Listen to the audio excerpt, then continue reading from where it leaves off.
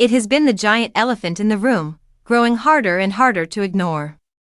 To be fair, no one was pretending it didn't exist, but the LPGA desperately needed a solution. Pace of play had become one of the tour's biggest problems, and this year, something finally had to give. Back in February, the LPGA introduced a new pace of play policy meant to speed things up. Broadcast windows were being stretched nearly an hour past their scheduled end times, and when women's golf is already fighting for visibility, running long simply isn't an option. If you want to grow the game, you have to maximize every moment when fans are actually watching. The updated rule was clear. Players who exceeded their allotted time wouldn't just receive a warning.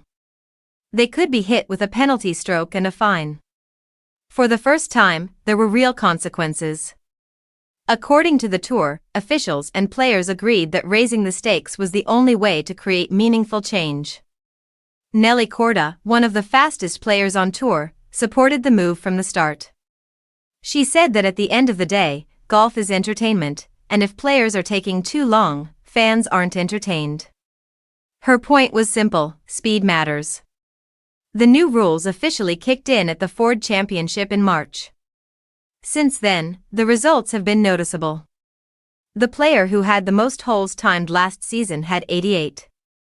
This year, that number dropped to 43. LPGA player president Vicky Goetz-Ackerman said the data shows players are making a real effort.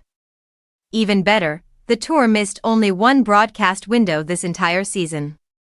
But the most dramatic proof came at the CME Group Tour Championship.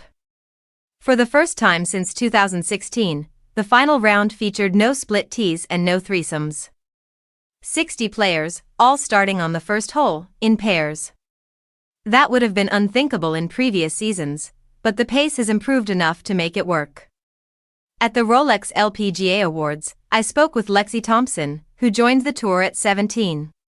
When asked if this was the fastest season she could remember, she didn't hesitate.